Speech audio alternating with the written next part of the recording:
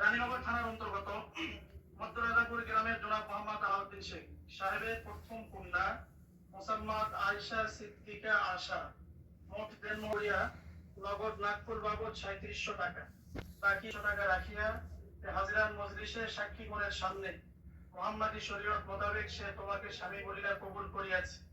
তুমি কি তাহাকে স্ত্রী বলিয়া কবুল করো? আলহামদুলিল্লাহ। আলহামদুলিল্লাহ কবুল।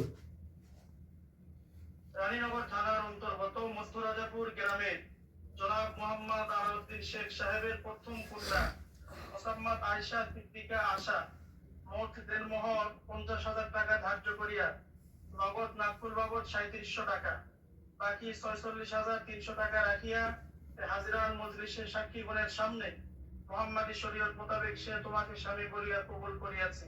তুমি কি তাহাকে স্ত্রী বলিয়া কবুল করো? আলহামদুলিল্লাহ কবুল।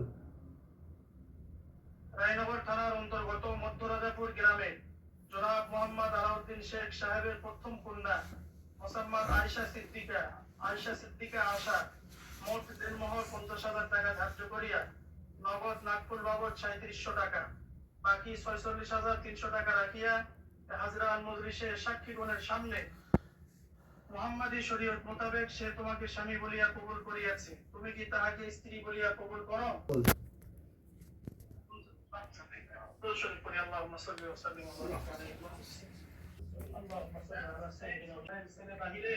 আল্লাহ তাকে তুমি সুস্থ রাখো। আয় আল্লাহ তার কামাই রুজির মধ্যে বরকত দান করো। আয় আল্লাহ সুস্থ শরীরে রোজগার শেষে আবার দেশের বাড়িতে আসার তৌফিক দান করিয়া দিয়ে আল্লাহ।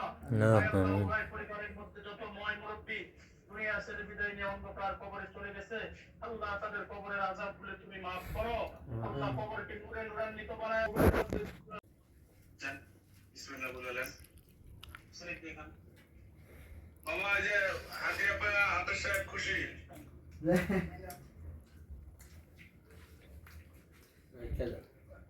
হুজুর সন্তুষ্ট। জি স্যার।